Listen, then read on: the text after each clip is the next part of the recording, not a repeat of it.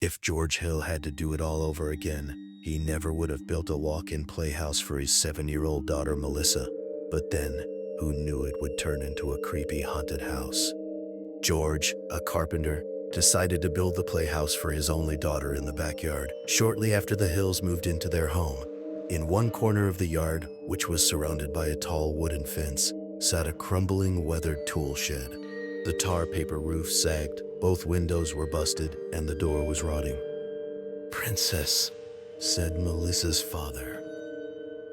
"I think with a little imagination and lots of hard work, we can turn that poor excuse for a shack into a beautiful playhouse for you." Melissa threw her arms around her father's waist and said, "Daddy, you are the best." With Melissa and her mother Marianne helping out, George replaced the old wood, put down vinyl tile over the cement slab, and installed 2 new windows.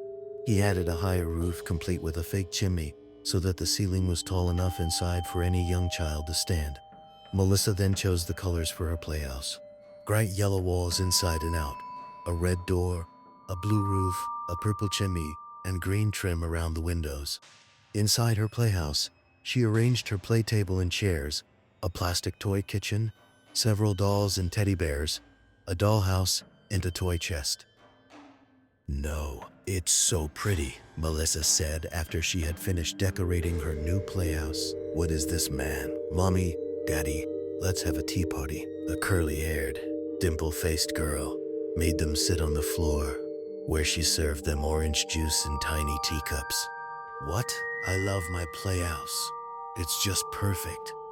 But it wasn't really. Everyone overlooked the first hint that there was something strange about the playhouse. During the tea party, George finished a roll of film by taking 4 pictures of Melissa. When the roll was developed, all the pictures came out. But there seemed to be something wrong with the ones taken in the playhouse. Each of those photos showed the faint image of another girl standing behind Melissa. The girl, clad in a white ruffled dress, sported bangs and a white ribbon in her shoulder-length blonde hair. Although the image wasn't in sharp focus, everyone noticed her piercing dark eyes and menacing sneer. "Who's that, Daddy?" asked Melissa. "I don't know, honey," he replied. "Do you know Marianne?" "I don't recognize her as anyone in the neighborhood or at school," said Marianne. "How did she get in the photo? It must be a double exposure."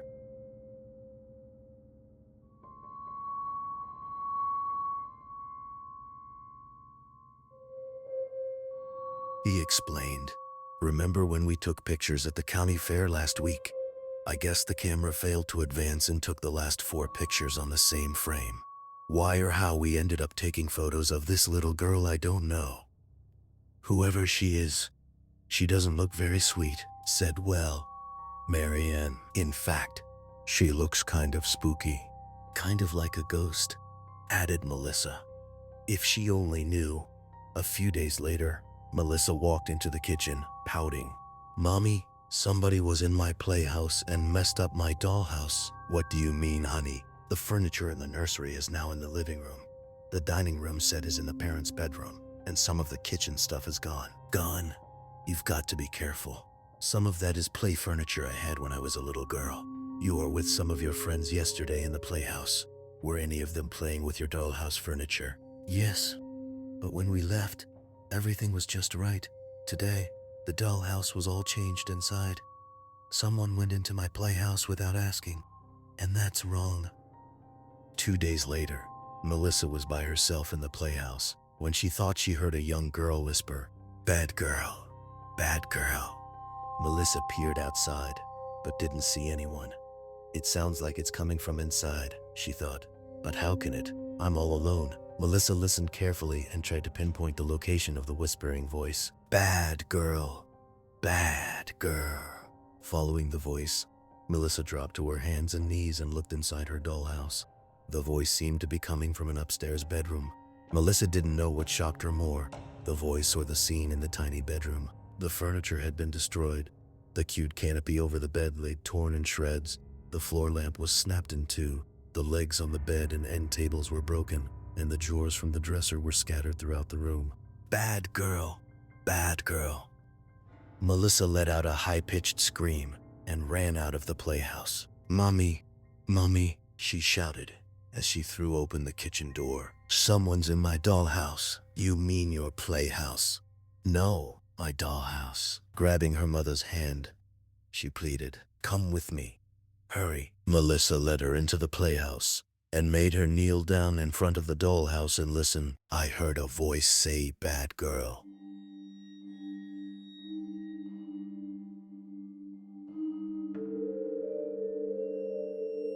Melissa declared, "and it was coming from that bedroom." "I don't hear anything," said her mother. Then, becoming upset over the damaged dollhouse furniture, her mother snapped, "What happened to the bedroom set? I told you to be careful." "Somebody broke it," said Melissa, with tears welling in her eyes, "but not me."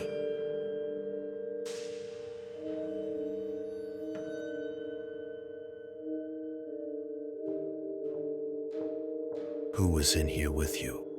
"No one, except maybe the girl I heard." "Melissa," the mother said in a voice rising with anger, "are you telling me that the person responsible for this is a tiny invisible girl who lives in your dollhouse? A girl who no one can see and only you can hear?" It did sound silly to Melissa, but she had no other explanation. Frustrated that her mother wouldn't believe her, Melissa burst into tears and ran out of the playhouse. That night, after their daughter had been tucked into bed, George and Marianne Hill fretted over what to do. "She's always been so careful with her things," said, "we are living like death." One morning after she reached me, she denies breaking her dollhouse furniture and says none of her friends could have done it either. And now she claims to have heard a voice say, "Bad girl." "I'm worried about her, George." "Sounds like that voice is nothing more than a guilty conscience talking," he said. "Maybe we should teach her a lesson. We'll take the dollhouse away from her for a week." With his flashlight, he went inside the playhouse and noticed that, other than the broken bedroom furniture, everything else in the dollhouse looked fine. As he lifted it up, he heard a little girl's voice whisper threateningly, "You'll be sorry." At first, George shrugged it off. "It must be the neighbor's TV set I'm hearing," he thought. "But it sure does sound like it's coming from this dollhouse." As he carried the dollhouse into the garage, he heard a slight crunch, but he couldn't detect where the noise came from. He then set the dollhouse on the shelf by his workbench and glanced inside. "Well, I'll be darned," he muttered with surprise. Now the stairway and all the living room furniture were busted, as though they had been crushed by an invisible fist. "I can't explain it," he told Marianne minutes later. "When I first looked inside the dollhouse, only the furniture in the bedroom had been broken. I was careful when I carried it into the garage, and I didn't bang into anything. There's no way the stairs and living room furniture should have broken up." "This is crazy," she said.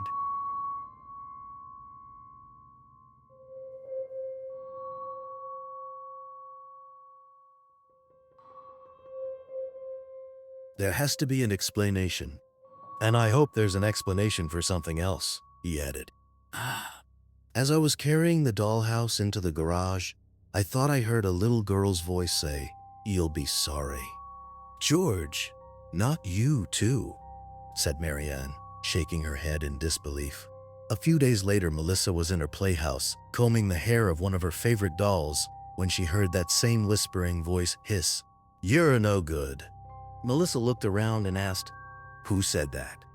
"You're in trouble," uttered the voice. "Who are you?" asked Melissa, searching behind her toy chest. "And where are you?" Big trouble. When Melissa finally discovered where the voice was coming from, she froze. The voice was coming from the mouth of one of her favorite dolls. It was a large plastic doll she had named Tiffany. Tiffany's lips didn't move, but there was no doubt in Melissa's mind that her doll was talking to her. "You're bad." "Ah," said Tiffany, slowly drawing out the last word.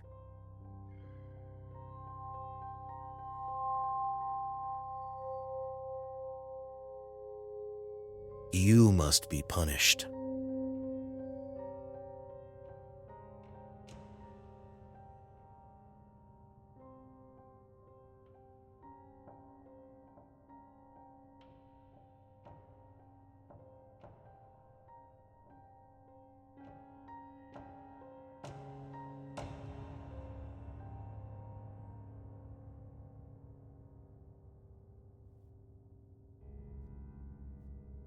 Shut up, snapped Melissa. And she threw the doll into her toy chest, slammed the lid down, and ran back into the house. "Mommy," she said breathlessly, "my doll Tiffany talked to me, and she wasn't very nice."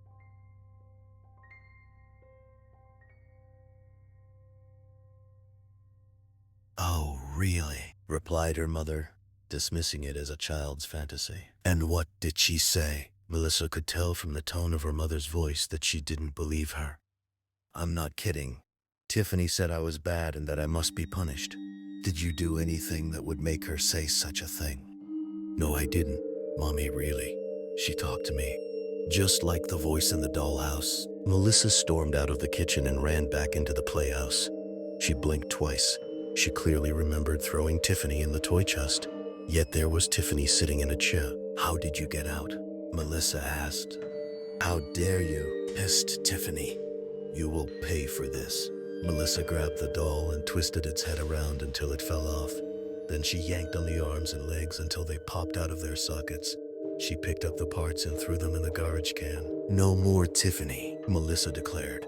Later, after putting Melissa to bed for the evening, Marianne took out the trash.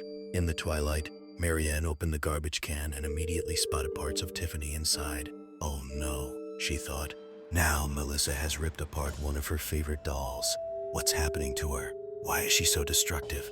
I hope she didn't tear up her other dolls." She scurried into the playhouse and breathed a sigh of relief. All the dolls were neatly in place. As she closed the door behind her and started back to the house, Marianne thought she heard a little girl's faint voice warn, "You're going to get it." "That's just great," Marianne told herself. "Now I'm hearing things." After school the next day, Melissa and two friends skipped over to the playhouse. When Melissa opened the door, she took one look inside and shrieked in anguish. "My dolls, my teddy bears." She burst into tears. Hearing her daughter wailing, Marianne ran toward the playhouse. "What's wrong, sweetheart?" Trying hard to catch her breath, Melissa said between sobs, "Someone killed all my dolls." Her mother opened the playhouse door and gasped at the sight. Heads, arms, and legs had been ripped off Melissa's dolls and scattered all over the floor. Eyes and noses had been torn off the teddy bears and stuffing lay in every corner. But the most chilling sight of all was Melissa's doll, Samantha. Samantha was dangling from the ceiling light, her neck in a noose made from one of Melissa's hair ribbons. "Who would do this, Mommy? Who could be that mean?" "I don't know, sweetheart. All I know is that this person is sick in the head. Very sick." Marianne was hit with a double dose of emotions: anger toward the person who destroyed the dolls and dollhouse furniture, and guilt for wrongly believing that her daughter had been responsible. It couldn't be any of her friends. George told Marianne after dinner that night, "Why, I'm not Terry. They're too small to climb the fence, and the backyard gate is always locked. The only way to get to the playhouse is through our house, and no little kid is going to sneak in here without us knowing it. That means it had to be an older kid, or some weird person in the neighborhood," said Marianne. "But I don't know, but I'm putting a lock on the playhouse door. What is this world coming to when a little girl can't play without fear in her own backyard?" A week had passed before Melissa returned to the playhouse. She decided to make pretend soup by pouring water from the garden hose into a pot and placing the pot on her toy plastic stove. As she cut up imaginary vegetables and put them in the water, Melissa's toy ring slipped off her finger and plopped into the pot. She stuck her hand in the water to retrieve it and let out an anguished cry. My hand, she cried out in pain. "I've burned my hand." The skin on her hand began to turn red. Mommy, come quick." Her mother dashed out to the playhouse. "What happened, Melissa?" "I put my hand in the water and it got burned." Marianne stuck her finger in the water and pulled it out quickly. "Ouch, it's so hot it's almost boiling." "Where did you get this hot water?" "From the hose, but the water was cold when I put it on my play stove." "This doesn't make any sense," said her mother. "Your stove is just a plastic toy. It has no heating unit. Come on, you poor darling. Let's go back to the house so I can make your hand feel better." As they started to leave, they heard the eerie voice of a little girl whisper, "I hope it hurts, Mommy." "I'm scared," said Melissa. "Princess, I am too. No one goes into the playhouse until we get to the bottom of this, declared George later that night. I've been doing a lot of thinking, said Marianne, and what I'm thinking sounds crazy, but it makes sense too. She pulled out the photos that showed the faint image of a little girl. What if this isn't a double exposure? What if this is a photo of a ghost of a child? What are you saying, Marianne? That the playhouse is haunted? Why not? We all heard the strange voice of a little girl in the playhouse, and even in the dollhouse that no one could see. She could be the girl in the photo. Tell me those eyes and that sinister look on her face don't give you the chills. That could explain the smashed dollhouse furniture and the tom-up dolls when no one else was inside. He said, and I suppose a supernatural force could heat up water on a toy stove.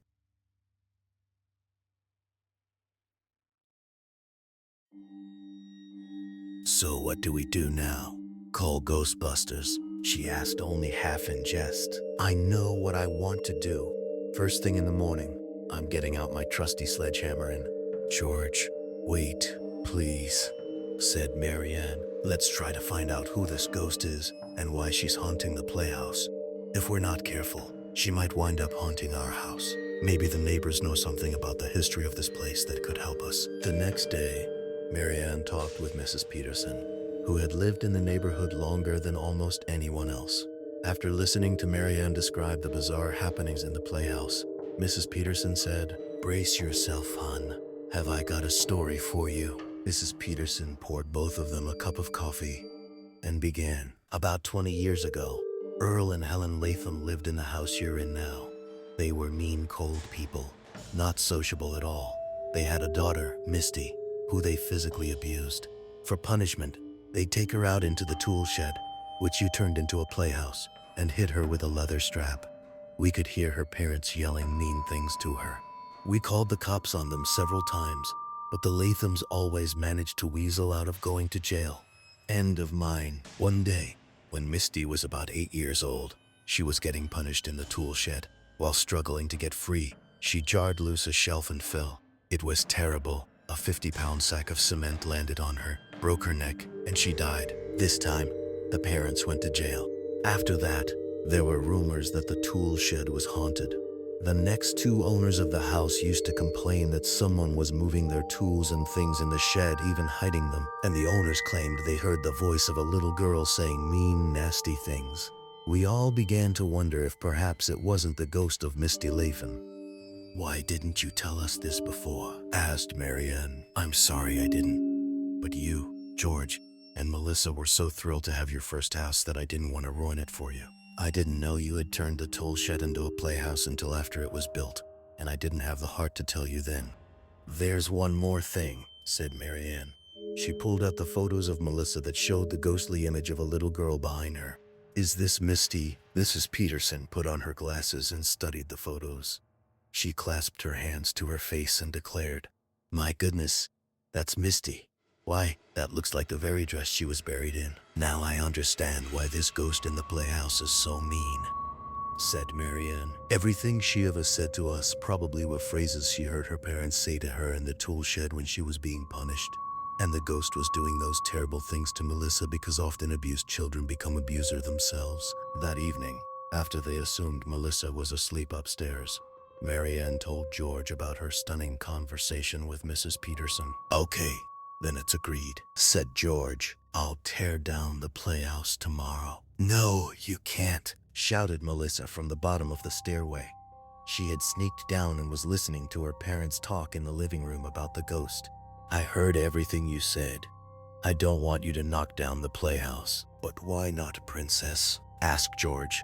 My playhouse is so pretty, and I really like it. Besides, I feel sad for that little girl. I do too, George, added Marianne. She thought a moment, snapped her fingers, and said, I have an idea about how to make the playhouse safe again. The next day, Marianne and Melissa entered the playhouse and were startled at the sight. The room had been trashed, the table and chairs had been overturned, and toys were scattered everywhere. Misty, Marianne called out. That wasn't a nice thing to do. After they straightened up the room, Marianne said, Misty, we know all about you. How you were a sweet little girl who was abused and died in an accident in the tool shed. We feel very sorry for you and sad that you didn't have the love you deserved. But you can't go around scaring Melissa and destroying her things. That's not right. You're dead and you must leave here. This is Melissa's playhouse now. Melissa, clutching a Raggedy Ann doll, added, Mommy explained to me what happened to you. I feel bad for you, Misty. I really do. I wish you had nice paws like I have. They gave me this doll. Melissa held it up and then gently placed it on a chair. I'm putting it on this chair. It's for you to play with. Just be nice to it, okay? With that said, mother and daughter left. They didn't know what to expect when they entered the playhouse the following morning. But as they stepped inside, they gave a big sigh of relief. The room was just as they had left it. I think she's left for good, said Marianne. End of chapter. Everything is in its place, nice and tidy. Mommy, look, said Melissa, pointing to the chair where she had placed the Raggedy Ann doll the day before. The doll, it's gone. The playhouse was never haunted again.